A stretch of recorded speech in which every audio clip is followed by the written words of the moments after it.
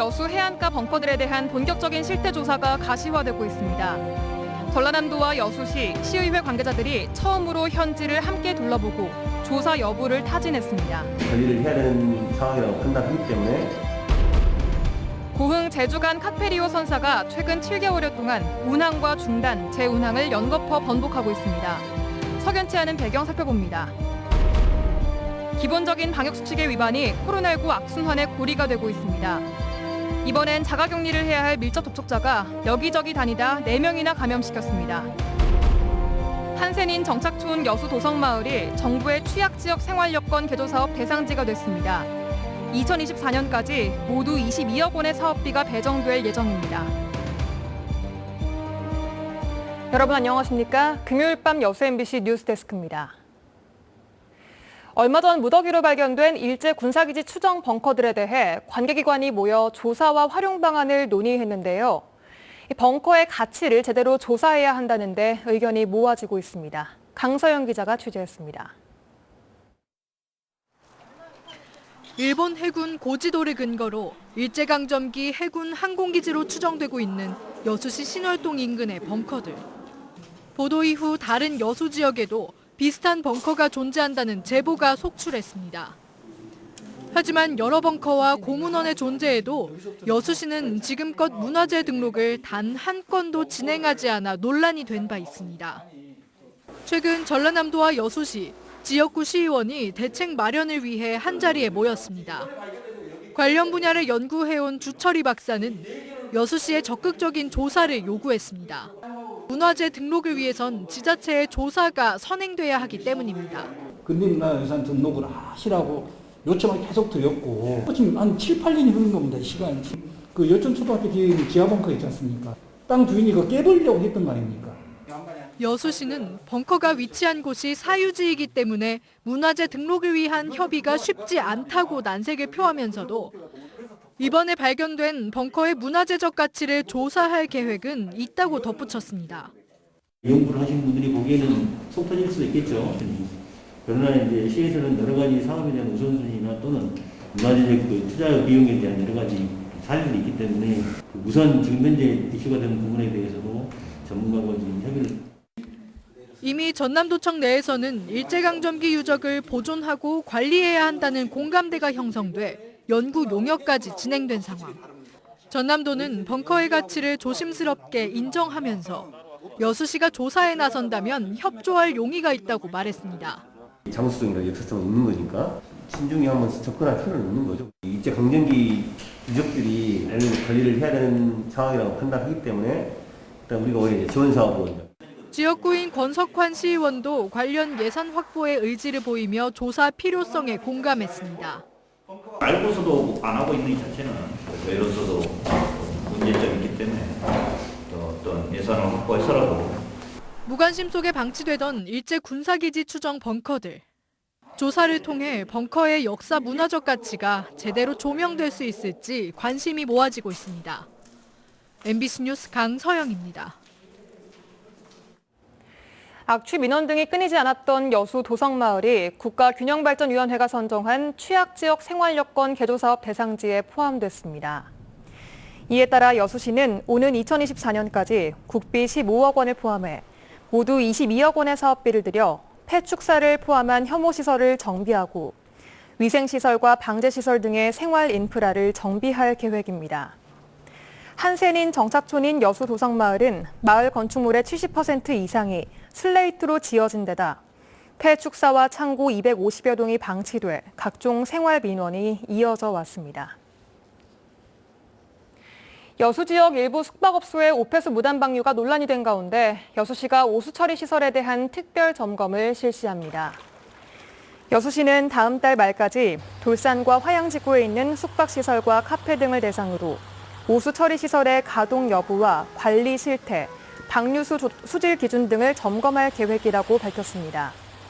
여수시는 경미한 위반 사항에 대해서는 현장에서 시정 조치를 할 수 있도록 지도하고 시설 미가동과 수질 기준 위반 등이 적발될 경우에는 과태료 부과와 고발 등의 행정 조치를 내릴 방침입니다. 찬반 의견이 맞서고 있는 여수시 본청사 별관 증축 문제와 관련해 여수시가 온라인 설문조사에 들어갔습니다. 여수시는 이번 설문에서 별관 증축을 둘러싼 갈등을 해결하는 방법으로 시민 여론조사로 결정하는 방안과 의회 및 시민사회와의 논의를 통해 결정하는 방안 등을 제시했습니다. 여수시는 다만 이번 설문조사는 참고자료로 활용하기 위한 것일 뿐 조사 결과에 따라 추진 방식이 결정되는 것은 아니라고 설명했습니다. 자가격리를 해야 할 밀접 접촉자가 무단 이탈을 해 여기저기 다닌 뒤 뒤늦게 확진 판정을 받았습니다. 무단 이탈 중 만난 사람들을 검사해봤더니 가족과 지인 등 4명이 추가로 감염됐습니다. 김철원 기자입니다. 광주 2100번째 확진자는 모 회사 영업사원으로 일하고 있는 60대 남성입니다. 직장 동료인 2059번째 확진자가 지난달 26일 확진 판정을 받음에 따라 27일부터 자가격리에 들어갈 것을 통보받았습니다. 처음 실시한 검사에서 음성이 나오고 확진자와 별 접촉이 없었다고 판단한 이 남성은 방역당국의 자가격리 지침을 어기고 집 밖을 돌아다녔습니다.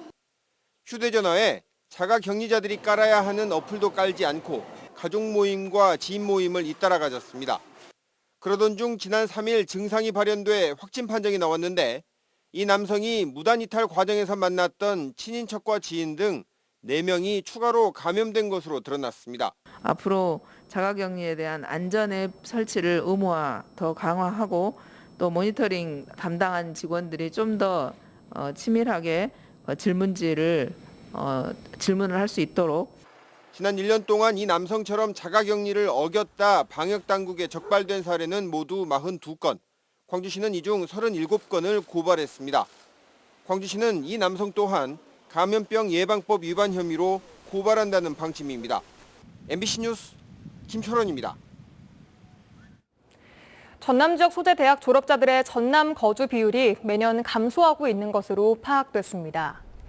전남 여성가족재단이 고용노동부 산하 한국고용정보원에 대졸자 직업이동 경로조사 자료를 분석한 결과 전남 대졸자들이 졸업 1년 뒤 전남에 거주하는 비율은 2016년 58.3%, 2017년 46.5%, 2018년 39.4%로 매년 감소하고 있습니다.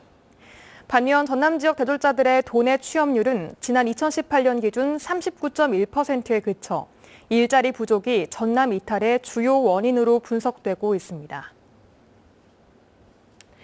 민주당 김승남 의원이 가축 살처분 비용의 국가 부담을 의무화하는 내용의 법률 개정안을 발의했습니다. 현행법은 일종 가축 전염병의 살처분 비용을 국가가 일부 지원할 수 있다는 임의 규정으로 되어 있습니다. 지난해 전남도는 AI 살처분 비용 107억 원을 전액을 지방비로 사용했습니다. 여수의 한 해안가에서 멸종 위기종인 토종고래 상괭이의 사체가 잇따라 발견됐습니다. 여수 해양경찰서에 따르면 지난 2월부터 오늘까지 여수시 돌산읍 소도라도와 군내리 인근 해상에서 몸 길이 1m가 넘는 상괭이의 사체 3구가 차례로 발견됐습니다. 해경은 발견된 상괭이의 부패 정도가 심해 폐기 처분됐다고 덧붙였습니다. 우리나라 서남 해안에 서식하는 상괭이는 멸종위기 보호동물로 포획과 유통이 금지돼 있습니다.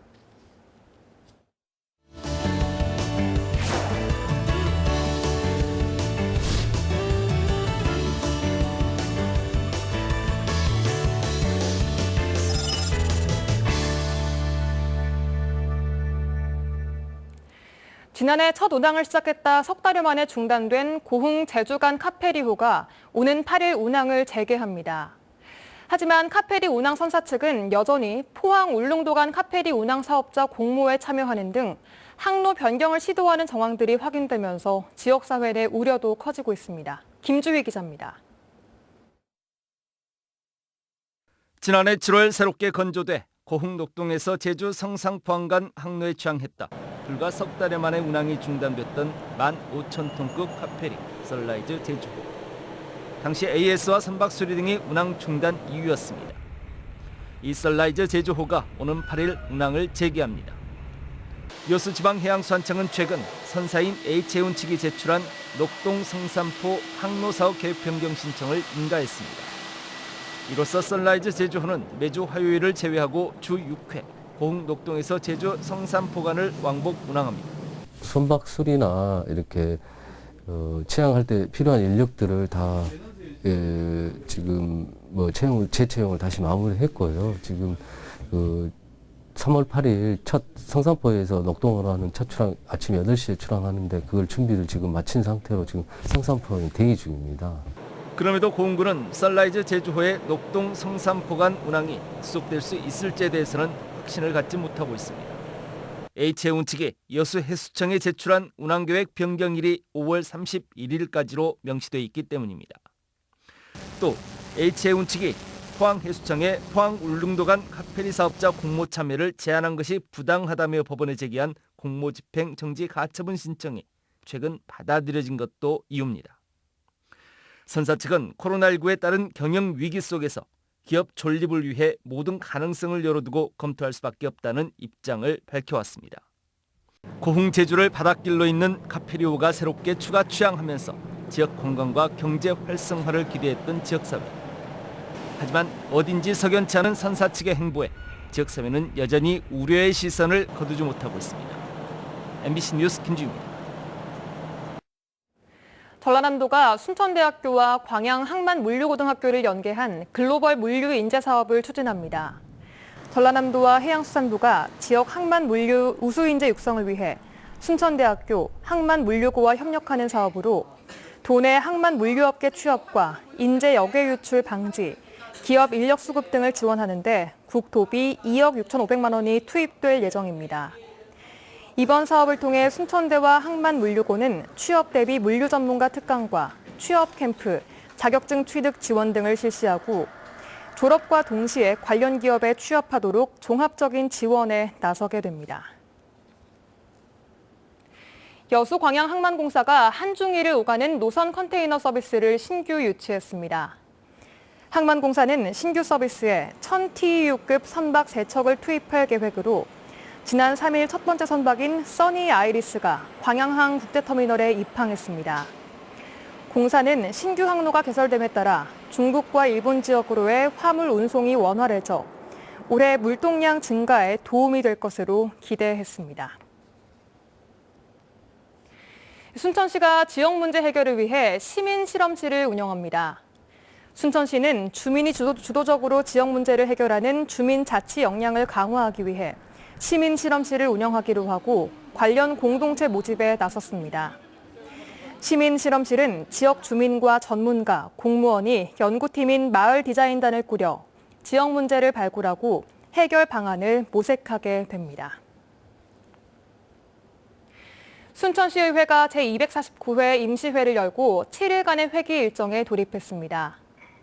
이번 임시회는 순천만 야시장과 순천만 가든마켓 관련 조례 등 모두 19건의 안건을 심사 의결하게 됩니다.